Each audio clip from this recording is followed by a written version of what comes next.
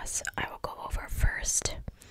The first one is on the Pirates of the Caribbean ride, and this is set in Disney World. Some of them I couldn't find whether it was Disney World or Disneyland, but this one is Disney World.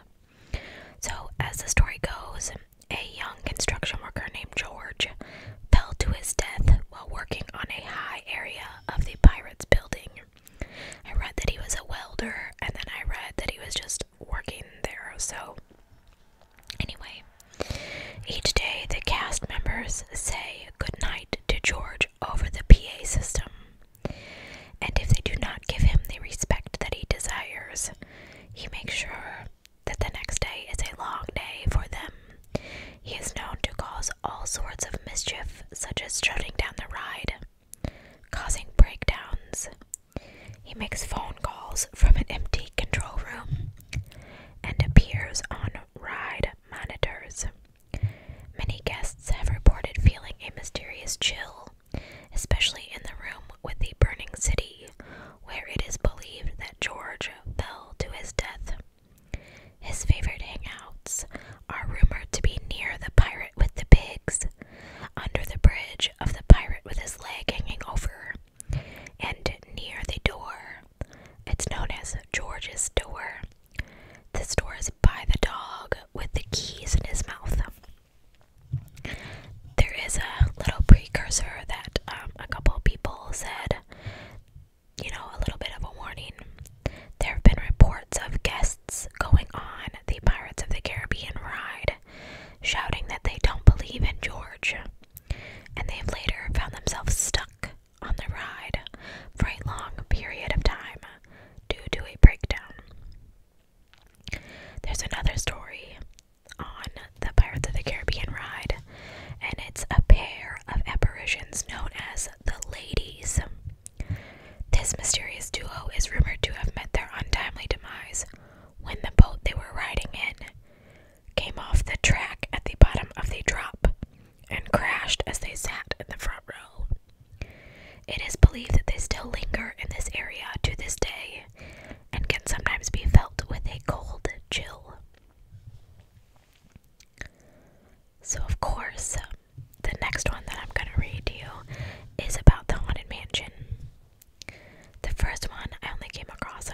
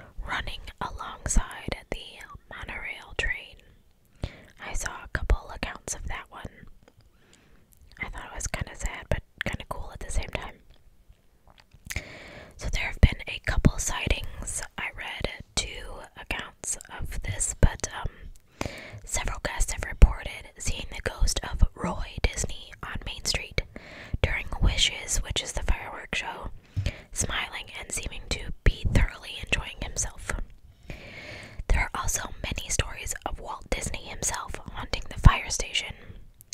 The Main Street fire station has an upstairs apartment for Walt, and when he was there, he would turn the lamp on in the window so that employees would be aware that he was on the property. There have been many who talked about how the lamp is still there and it will turn on and off by itself. In fact, a cleaning lady talked about how she noticed it while cleaning and turned it off. When she went outside, it was on again. She went back and turned it off again, and when she went outside, it was on. Some accounts claim that she heard a voice say, "I'm still here." That must be at Disneyland, because I don't think that Walt got to see any of DisneyWorld, actually. I'd have to look it up. Don't take my word for it. I should know. I've been there enough, but... So, several ghosts have been spotted roaming and running around Tom Sawyer Island. Another grad night incident led to the death of at least one teenage boy in the River of America after he jumped in and drowned in the water. After dark, cast members and even guests have said that they have seen someone standing on the shores staring back from the island when the island is no longer open for the day. Small children are also said to have been seen on the island. It's unknown why they're there, if they're there, or if they are there, but screams of joy and running figures have been seen after hours from the island.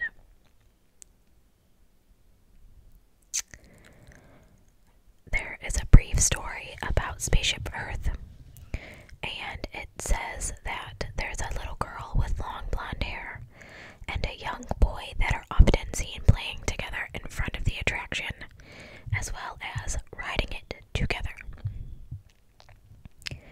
I read many accounts of Disneyland's Space Mountain, where there is a resident ghost nicknamed Mr. One Way. Mr. One Way is usually described as a man with red hair and a red face. Often he is in line with the guests and seems like an ordinary visitor. He will get on the ride, usually next to a single rider, and when the ride stops at the end, he is gone. That would be so creepy.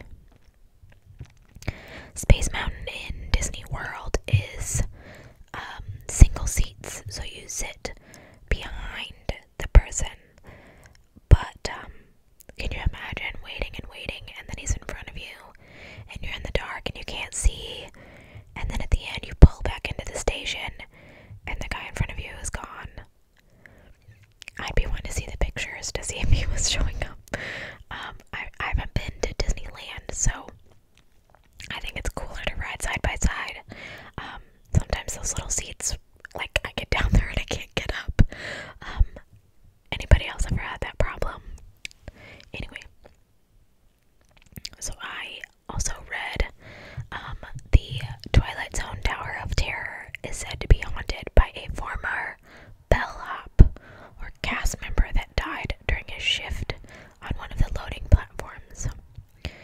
The story says that this bellhop ghost is known to appear on platform D, flicker the lights, and freeze the attraction when cast members are trying to do their final ride through at the end of the day. Let me tell you, one of my funniest stories is about the Tower of Terror, and we'll have to talk about that some other time, but that ride, I don't like it. Not because it scares me, I don't like being dropped. So, they take you up and they drop you, and they take you up and they drop you, and there's so many different sequences, you never know how far you're gonna drop. I'm not a fan. I've ridden it several times. I probably will never ride it again in my life, but we'll see. Maybe somebody will prove me wrong. So apparently, grad night is a big thing. This is the third story that I have about grad night. I didn't even know about it. It has always been a custom since the opening of Disneyland in 1955, but it is also a night full of teenage mischief. On grad night in 1967, a 17-year-old boy named Ricky was killed on the People Mover attraction. Disregarding the safety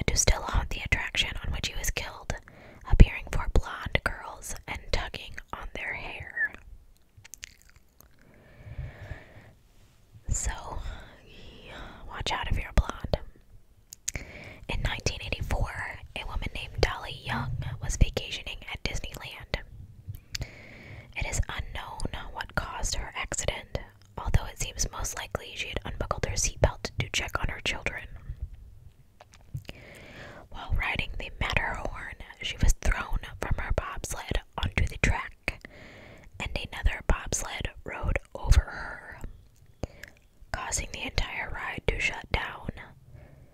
When cast members investigated, they reported seeing no blood, only her feet and legs sticking out from under the bobsled like the witch in The Wizard of Oz. Ever since then, that section of the track is called Dolly's Dip by cast members, who sometimes report hearing her voice, feeling cold spots, or the feeling of being watched while walking the track after closing. I never thought about people dying on rides until I started reading this, researching it, reading all these accounts. So I gotta say, It's a Small World creeps me out. I've never written it. I can't stand that song, and I don't know, I can't make myself write it. So, according to another website that I found, a 12-year-old guest was visiting Disneyland with her family. They were enjoying their ride on It's a Small World when the ride stopped. The lights came on and cast members helped guests off the ride. On the way out, the guest's mother snapped a few behind-the-scenes photos to finish off the camera roll. Outside, there was an ambulance and a police car. When the family developed the film later that day, the last photo on the roll appeared to be a figure hanged from the ceiling. A child, an animatronic, a cast member, who knows? I saw this picture. It's pretty weird. You'll have to Google it. I don't really know what I think.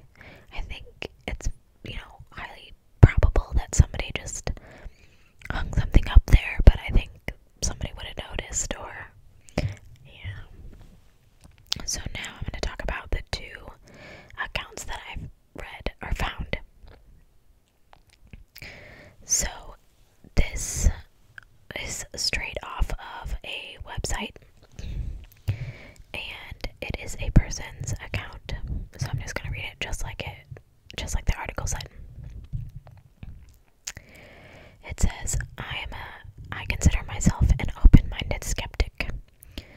Despite the fact that I have visited, lived in, stayed in, and dined in places that have been deemed haunted by some of the country's most respected ghost hunters, I've yet to experience anything that I can say without a doubt is supernatural.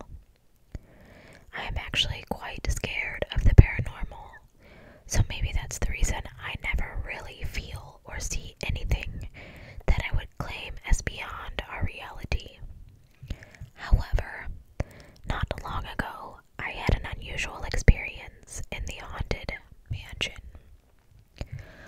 On a solo trip I took earlier this year, I headed over to the Magic Kingdom on a day with early morning extra magic hours. I arrived 30 minutes before the park was to open and found that crowds were very light. I knew that once the park opened, I would be able to easily walk onto any ride that I wanted. I decided I would make my way to Big Thunder Mountain Railroad with a quick stop in the haunted mansion first. When the gates opened, I strolled down Main Street, taking in the sights, just as the sun started to rise. Most of the guests walked towards the castle, on their way to the mine train, the Seven Dwarfs mine train, or an important meeting with a princess, while a few others hurried over to Tomorrowland. I found myself completely alone as I meandered towards Liberty Square. It was a strange feeling for it to be so quiet in the park during the day. My kids and I have been in Adventureland at night when we were the only ones in sight, but daytime isolation has a very eerie feeling about it. In no time, I arrived at my destination, the Haunted Mansion. As a child, I was absolutely terrified of this attraction, and to be honest, I was probably a teenager before I really felt comfortable experiencing it. And now it's one of my favorites, and I look forward to riding it several times during each of my trips. On this particular day, it would be my first time experiencing the attraction all alone.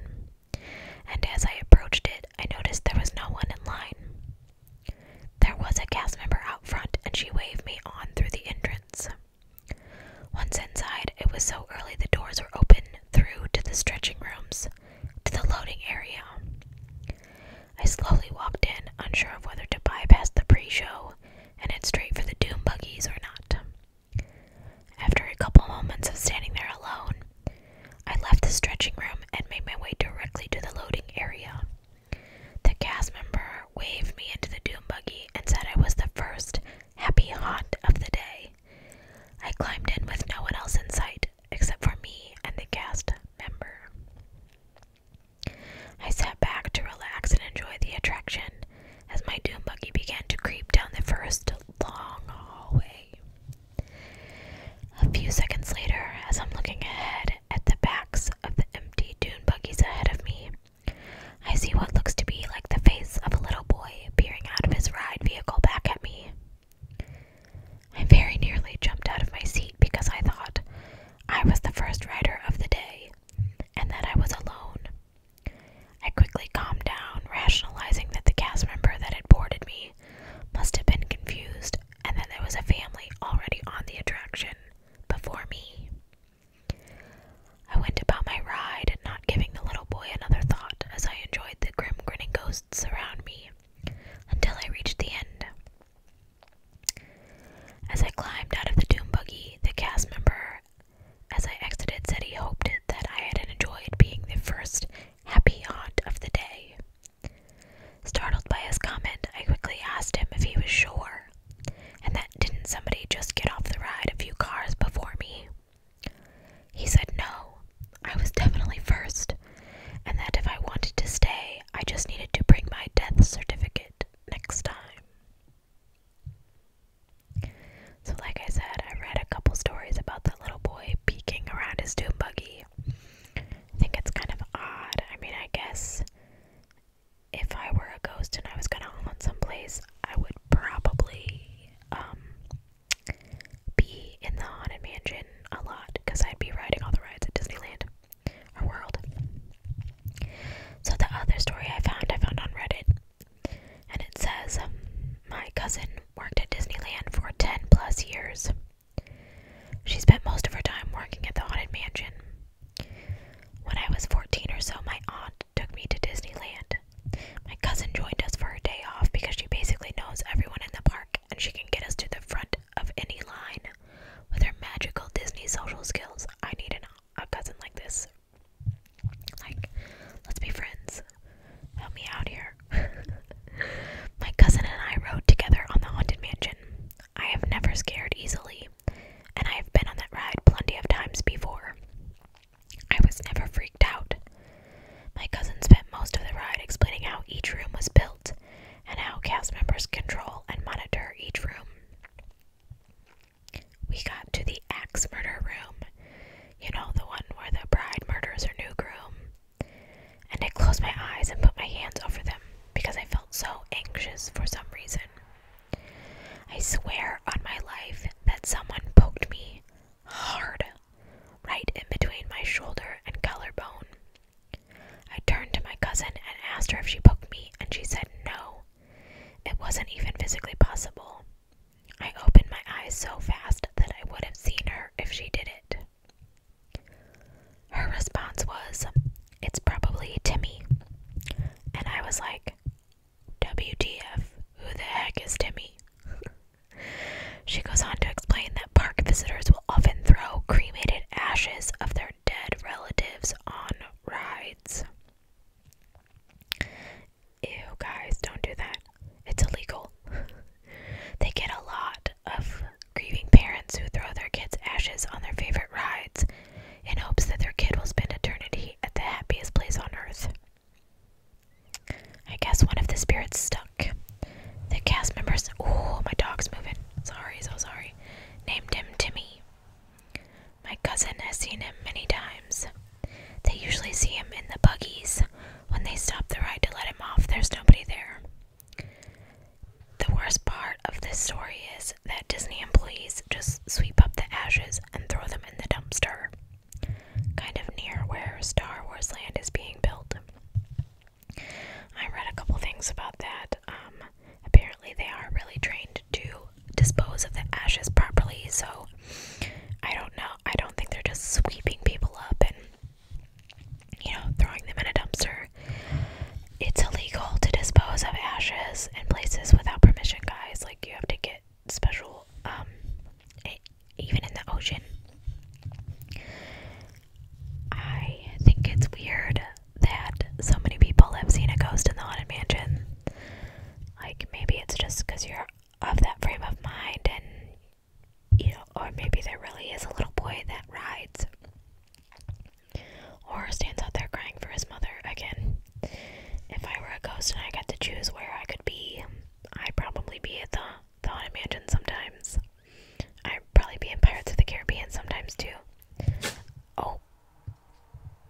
froggy sneeze. Sorry.